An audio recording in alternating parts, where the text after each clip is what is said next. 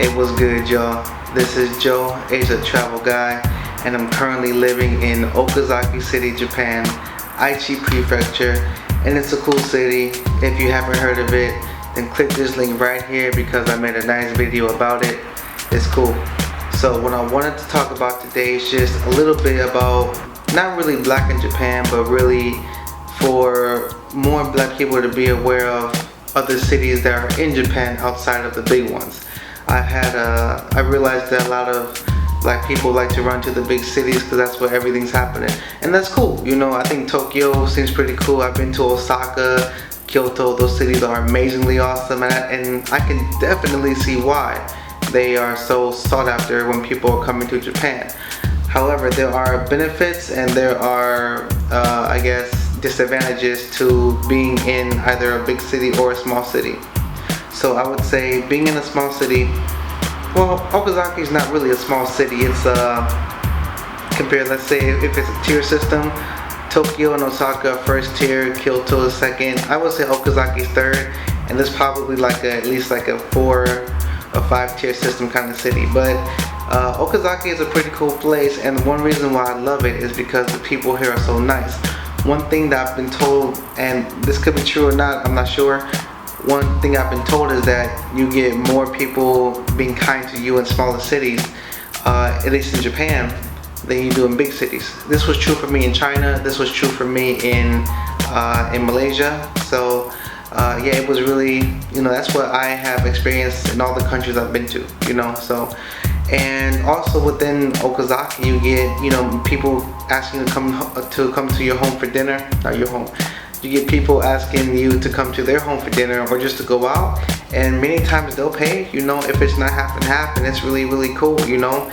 You get that family type feel here. Also, in small cities, you know, there's people who come to these cities, like big names, you know, and I've been able to possibly get in contact with big directors in films. I even know a congressman in Okazaki, like the congressman of Aichi Prefecture. Like, that's crazy, you know. Most people in Tokyo have never even met a congressman in person, you know. So, and I got his email, so it was cool. But yeah, so we got all that. Plus, Okazaki is much cheaper than Tokyo, you know. For example, my apartment now, it's a 1 to 2 person apartment, and it's got everything you need: bathroom, kitchen, living room, dining room, all that stuff. It's cool. And it's what, 42,000 yen a month. And yeah, it's really, really nice. And in terms of food, you know, well, I'm a vegetarian, so I don't really eat the meat, but I save a lot of money on like buying a lot of vegetables, a lot of pasta, a lot of fruit, a lot of really nice food that fills me up, you know. And you know, as a vegetarian, you gotta get creative, or else the fruits and vegetables are gonna just get boring real quick. But that's why you gotta know how to cook, right? So anyway, so a lot of money saved there. Also, a city like Okazaki, there are a lot of restaurants. Many people think that there's nothing to do in cities like this because they've never heard of it, but there are a lot of cities that people have never heard of. If they're outside that country, they have a lot to do. You know, Okazaki has many Brazilian, Indian, Thai, and Jamaican restaurants all over town, you know. And there are many restaurants that I haven't even, you know, thought of yet that might exist, you know, in terms of culture, you know. So, and I've been to some really nice Indian places. I've been to a really nice pizza place, and yeah, they're here, you know, and it's really nice. And not just all these countryside places. Now there are some, but Okazaki ain't one of them. And even though it's a smaller city, you know, it's cool. Okazaki in general, at least many people that are still living here in terms of the expats and foreigners, they've been here for, you know, many people have been here for 5-10 years, married to other foreigners or Japanese women or Japanese men, foreign women, you know. And they said that there's a charm here that really doesn't want to make them leave, and I can feel it here. It's so relaxed, and there's just enough to do to make it feel like a city and not too busy, you know. There are a couple people who were in Okazaki before, thought it was too boring, and went to Tokyo, saw how crazy it was, and they want to come back to Okazaki, you know. Just because the life here is so good, and it does have everything you need.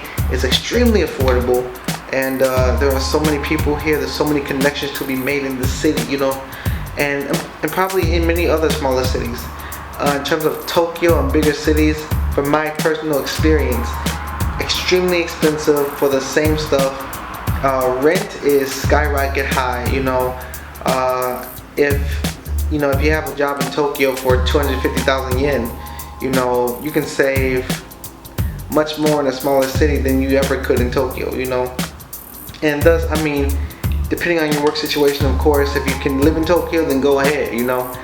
Just my personal bias, I really just like the small town because I have that kind of lazy kind of feel, really chill out, relaxed.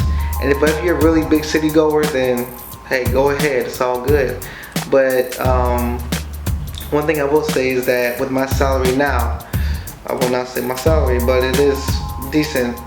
I still save 70,000 yen a month, easily. That's going with 7,500 yen for food per week. Like that's 70 bucks a week ish. Sounds like too much maybe, but it's good for me.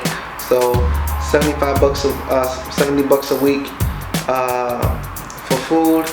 Then I can spend 2,000 yen per day.